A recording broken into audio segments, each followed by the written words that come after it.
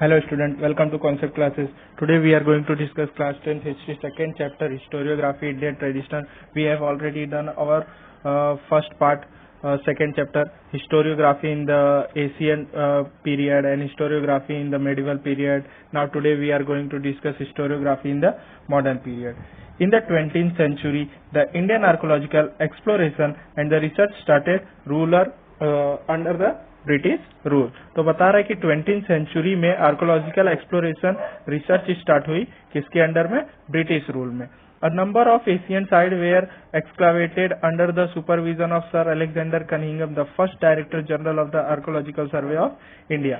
तो क्या बता रहा है कि जो आर्कोलॉजिकल सर्वे ऑफ इंडिया होता है उसके पहले जो जनरल थे उनका नाम था अलेक्जेंडर कनिंघम और उन्हीं के लीडरशिप में एग्जावेशन शुरू हुआ। अब एग्जावेशन का मतलब होता है खुदाई करना। तो आर्कोलॉजिकल सर्वे ऑफ इंडिया का काम ही यही होता है कि कहीं से अगर कोई चीजें मिलती हैं तो उसकी खुदाई करके पूरी तरह से उसकी छानबीन करना, साथ ही साथ हमारे इंडिया में जितने भी मोन्यूमेंट्स हैं उन सब की देखभाल करना, ये सब आर्कोलॉजिकल सर्वे ऑफ इंडिया का काम होता है। जैसे शिवाजी महाराज ने बहुत सारे किले बनवाए थे, उसी तरह से हमारे महाराष्ट्र में अजंता एंड एलोरा की गुफाएं हैं, वो भी वर्ल्ड हेरिटेज साइट में है। उसके बाद हमारा CST स्टेशन है, उसके बाद गेटवे ऑफ इंडिया है।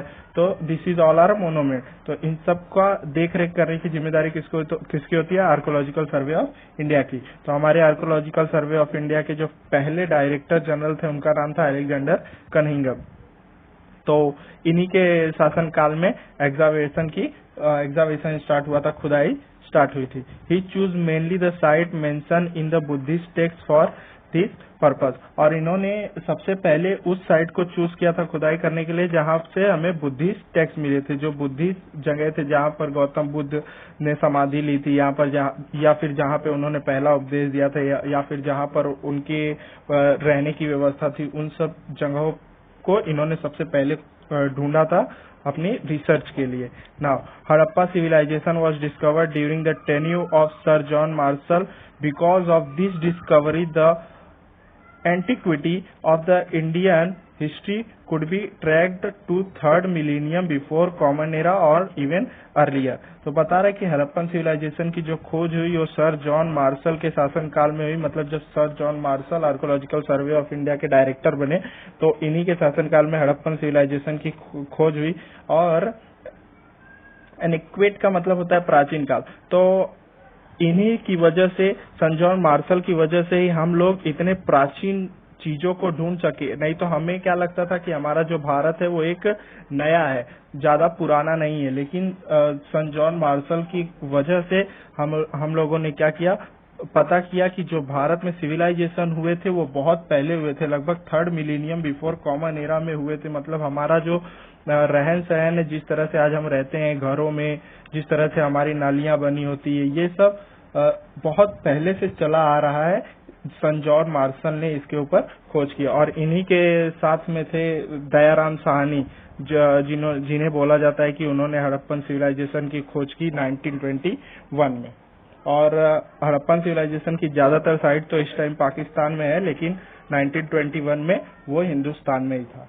Now next look, this is Alexander Cunningham and he is a John Marshall. He is Alexander Cunningham. Many British officials in India wrote about Indian history. Their writings display strong influence of the colonial policies of the British। बता रहे कि बहुत सारे British officer थे जिन्होंने Indian history लिखा, लेकिन वो जिन्होंने भी लिखा वो सब ज्यादातर जोर किस पे देते थे? ब्रिटिश पॉलिसीज के ऊपर जोर देते थे। उनका कहना था कि वो लोग अपनी ही बातों को दिखाया करते थे। ऐसा कहा जाता था कि कहा जा रहा है कि जो ब्रिटिश लोगों ने हिस्ट्री लिखी उन्होंने अपने आप को उसमें स्ट्रांग डिस्प्ले किया है और इंडियन को उसमें कमजोर डिस्प्ले किया है या फिर वीक डिस्प्ले किया है। देखिए आगे चलकर एक जेम्स मिल थे जिन्होंने 3 वॉल्यूम में बुक्स लिखी। तो चलिए उनके बारे में देखते। 3 volume of the history of British India written by James Mill were publish in 1870। तो 3 वॉल्यूम मतलब 3 पार्ट में इन्होंने बुक लिखी, जिस बुक का नाम था the history of a British India written by James Mill. किसने लिखी थी? जेम्स मिल ने लिखी थी। और कब पब्लिश हुई थी इनकी बुक? 1817 में। This was the first book of the Indian history written by a British historian. तो बता रहे ये पहली बुक थी जो किसके द्वारा लिखी गई थी, ब्रिटिश हिस्टोरियन के द्वारा लिखी गई थी। किसके ऊपर डिपेंडेंट थी, इंडियन हिस्ट्री के ऊपर डिपेंडेंट थी। तो इस पॉइंट्स को आप नोट कर लीजिए। It clearly reflected an absence of objective perspective and prejudice about the various aspects of the Indian culture. Prejudice का मतलब क्या होता है, पक्षपात करना या पक्ष लेना। तो इनकी जो हिस्ट्री लिखी थी, इनकी हिस्ट्री में यही लिखा था कि ये पूरी तरह से पक्ष किसका लेते थे, ये पूरी तरह से पक्ष अंग्रेजों का लेते थे। और इनका कहना था कि जो इंडियन कल्चर है वो गलत है और इन्हें ब्रिटिशों की जरूरत है। अगर ब्रिटिश नहीं होते तो ये इस कल्चर को अडॉप्ट नहीं कर पाते और ये पीछे ही रह जाते, ऐसा इनका कहना था। ये ब्रिटिश कल्चर को अच्छा बताते थे। The British of Indian writing by Mountstuart Elephanton, governor of Bombay, now Mumbai, was published in 1841। तो बता रहा है कि आगे चलकर एक और हिस्टोरियन आए जिनका नाम था माउंट स्टूडियार्ड।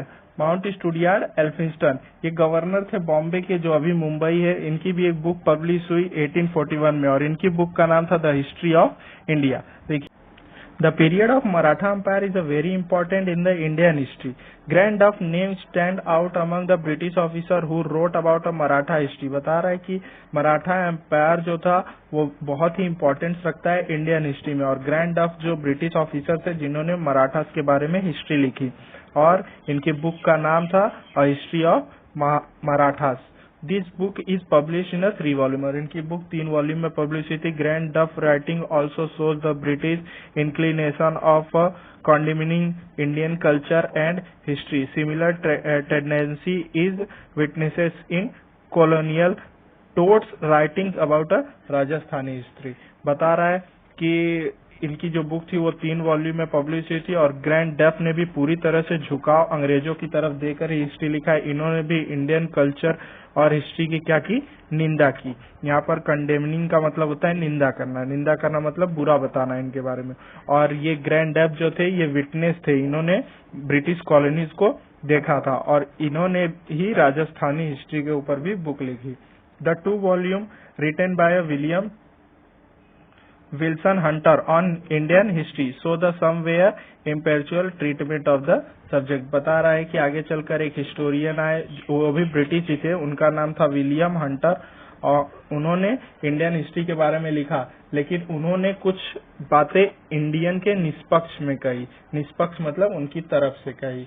इनका यहाँ पर देखिए इम्पार्शियल लिखा है, इम्पार्शियल मतलब कि तरफ से या निष्पक्ष में। आगे Nilkanth Janardan Kirtane and Vishwanath Kashinath Rajwade were 2 Indian historians who took up the task of exposing the limitation of Grand Duff writings। उसके बाद आगे चलकर 2 इंडियन हिस्टोरियन आए, इसमें से एक का नाम था नीलकंठ जनार्दन कीर्तने और दूसरे का नाम था विश्वनाथ काशीनाथ रजवाड़े। इन दोनों ने ग्रैंड डफ की हिस्ट्री को गलत साबित कर दिया। इन्होंने बताया कि ग्रैंड डफ ने जो कुछ भी बोला है वो सब गलत है।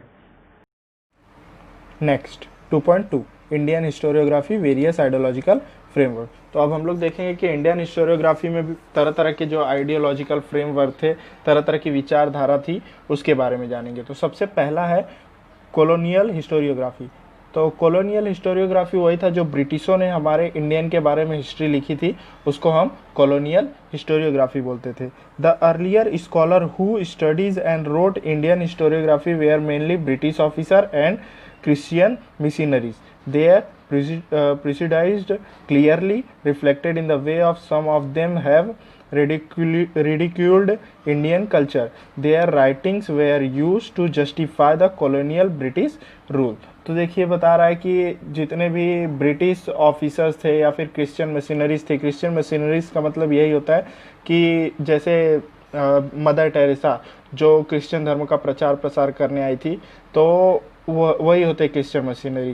तो जो अपने धर्म के बारे में अच्छा बताते हैं और हिंदू धर्म के बारे में बुरा बताते हैं, उससे ही मशीनरीज कहा जाता है। मतलब मिशनरीज का मतलब क्या होता है कि जो एक धर्म का प्रचार प्रसार करते हैं और उस धर्म के बारे में अच्छा बताएंगे और जिसके सामने बोलेंगे उसके धर्म को खराब बताएंगे। तो उसी तरह से ब्रिटिश ऑफिसर भी थे जो प्रिसिडाइज्ड करते थे किसका, ब्रिटिश गवर्नमेंट का, कि ब्रिटिश गवर्नमेंट अच्छी है, इंडियन कल्चर अच्छा नहीं है और ब्रिटिश को यहाँ पर रहना चाहिए इंडियन के कल्चर को अच्छा बनाने के लिए, उनके ट्रेडिशन को अच्छा बनाने के लिए, उनको डेवलप करने के लिए। और बहुत सारे ब्रिटिश ऑफिसर थे, स्कॉलर्स थे जिन्होंने हिस्ट्री लिखी, उन्होंने बताया भी कि अगर ब्रिटिश यहाँ पर नहीं आए होते तो इंडिया का डेवलपमेंट भी नहीं होता। तो ऐसी बहुत सारी चीज़ें थी जो कॉलोनियल हिस्टोरियोग्राफी में लिखी थी। Their writings were used to justify the colonial British rule, और ये पूरी तरह से जस्टिफाई करती है इनकी हिस्ट्री ब्रिटिश रूल को। मतलब कि इनका कहना था कि ब्रिटिश रूल जो था वो इंडिया में बहुत अच्छा था, उसकी वजह से ही इंडिया का इतना डेवलपमेंट हो पाया और इंडियन के पास कोई कल्चर, ट्रेडिशन, कस्टम नहीं था, ऐसा इनकी हिस्टोरियोग्राफी का कहना था। The 5 volume of the Cambridge history of India publish during 1922 to 1937 common era are distinct example of colonial historiography. तो बता रहा है 5 वॉल्यूम में एक बुक लिखी गई, उस बुक का नाम है कैम्ब्रिज हिस्ट्री ऑफ इंडिया, और वो बुक पूरी तरह से डिपेंडेंट है कॉलोनियल हिस्टोरियोग्राफी पे। Now next, orientalist historiography. Many European scholar felt curious about the civilisations and country of the east. Of the east मतलब ईस्ट की तरफ हमारी इंडिया कंट्री है, उसके बाद जापान है, चाइना है, नेपाल है, पाकिस्तान है, this all are eastern country. Some of those scholar felt admiration and respect for them, this scholar well known as a orientalist. तो बता रहे कुछ हिस्टोरियन आए वेस्ट की तरफ से जिन्होंने इंडियन हिस्ट्री के बारे में अच्छा लिखा। तो मतलब जो बाहर से आकर इंडियन हिस्ट्री के बारे में अच्छा लिखे उन्हें ओरिएंटलिस्ट हिस्टोरियोग्राफर कहा गया, उसी को ओरिएंटलिस्ट कहा जाता है। कुछ हिस्टोरियन आए जिन्होंने बताया कि जितनी भी भाषाएं हैं पूरे देश में, उन सब में संस्कृत जो है वो सर्वश्रेष्ठ भाषा है, उसे मदर ऑफ लैंग्वेज कहा गया, उसी भाषा से सारी भाषाएं निकल कर आई हैं। तो ऐसी बहुत सारी चीज़ें ओरिएंटलिस्ट हिस्टोरियोग्राफी में लिखी हुई है। तो orientalist studied the similarities between Sanskrit and some of the European language. देखिए ओरिएंटलिस्ट जो स्टडीड है वो बताती है कि जो संस्कृत लैंग्वेज है और जितनी भी यूरोपियन लैंग्वेज है उसमें बहुत सिमिलैरिटीज देखने मिलती है। दे फोकस्ड मोर ऑन वैदिक ट्रेडिशन एंड संस्कृत लिटरेचर, और ओरिएंटलिस्ट हिस्टोरियोग्राफर जो होते हैं वो ज़्यादातर वैदिक ट्रेडिशन और संस्कृत के ऊपर फोकस करते हैं। मतलब पुराना जो हमारा ट्रेडिशन था, परंपरा थी, और जो पुरानी हमारी संस्कृति थी उसके ऊपर। Their studies resulted into formulating the notice of an ancient language that could be the mother of the Indo-European language। और इनका ये भी कहना है कि जो संस्कृत लैंग्वेज है, जो पुरानी वाली लैंग्वेज है, एशियंट लैंग्वेज है, वो जो है मदर लैंग्वेज है किसकी, इंडियन और यूरोपियन लैंग्वेज की। मतलब उसी से सारी लैंग्वेज का उदय हुआ या उसी से सारी लैंग्वेज बनी हुई है।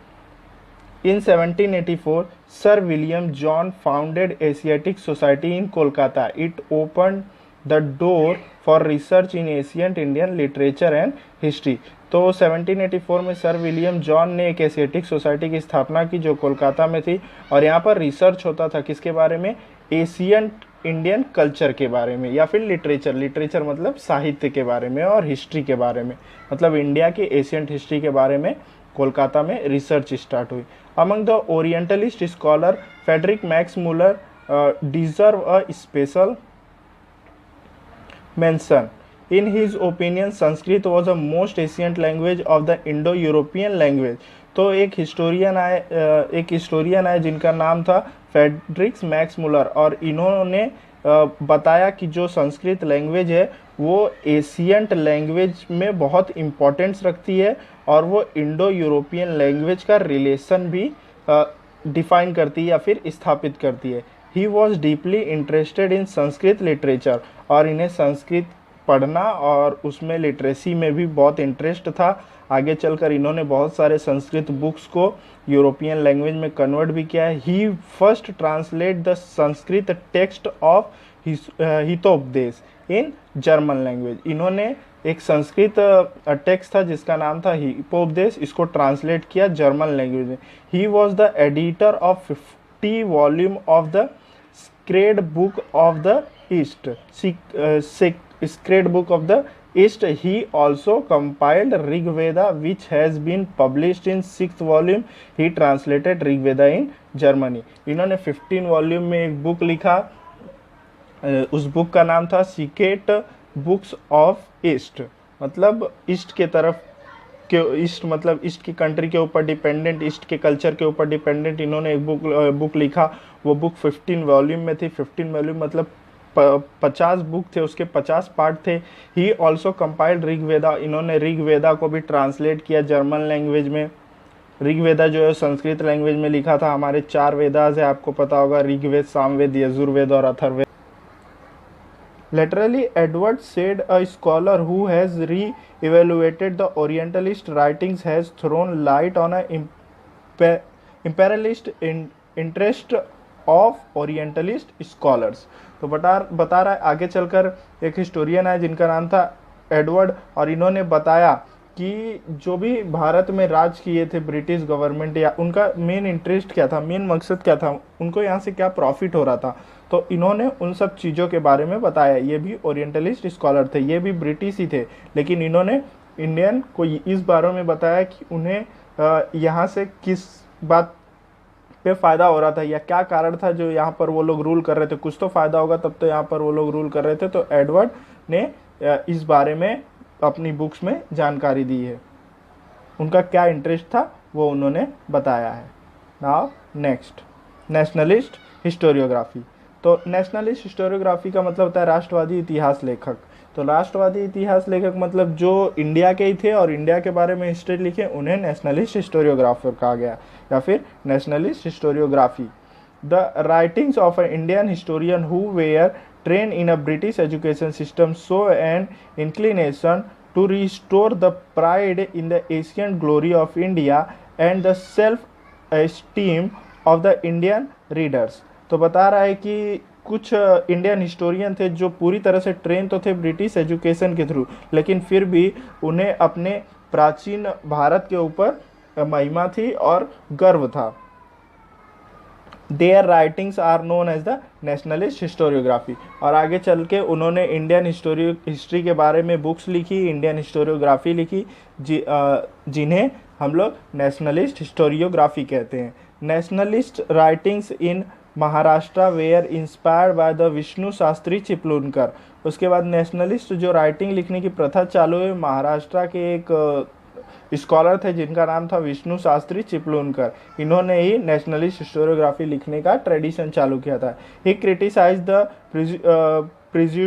Prejudiced history of the ancient India writing by a British officer. The nationalist historian try to seek the golden era of Indian history.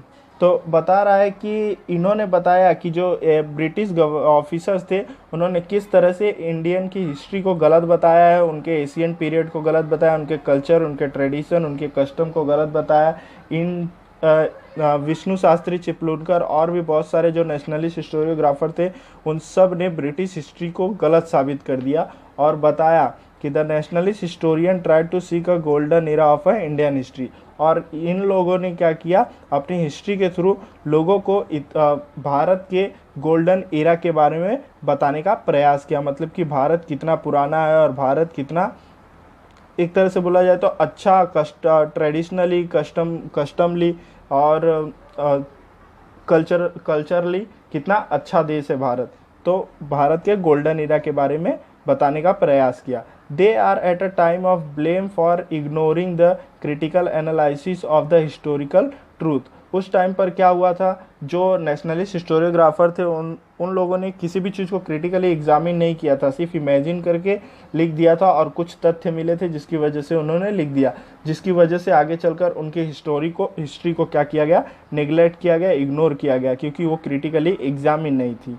आगे महादेव गोविंद रानाडे, रामकृष्ण गोपाल भंडारकर, विनायक दामोदर सावरकर, वीर सावरकर जिनका नाम था, राजेंद्र लाल Mishra, Ramesh Chandra Majumdar, Kashi Prasad Jaiswal, Radha Kumud Mukherjee, Bhagwan Lal Indraji, Vasudev Vishnu Mirashi and Anant Sadashiv Altekar are the name of the some renowned scholar among the nationalist historiography।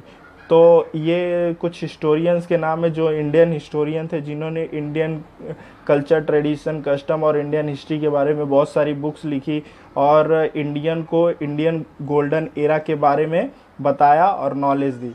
Next, do you no Justice Mahadev Govind Rane has explained the background of the rise of Maratha Empire in a great detail in his book। तो justice Mahadev Govind Rane ने महाराष्ट्र में जो empire ऊपर उठा था शिवाजी महाराज वाला, उसके बारे में अपनी एक बुक में लिखा है। उस बुक का नाम है the rise of Maratha power. According to him it was not like a suddenly erupted forest fire but the ground for it in Maharashtra on the social, cultural and religious level was getting ready over a prolonged period।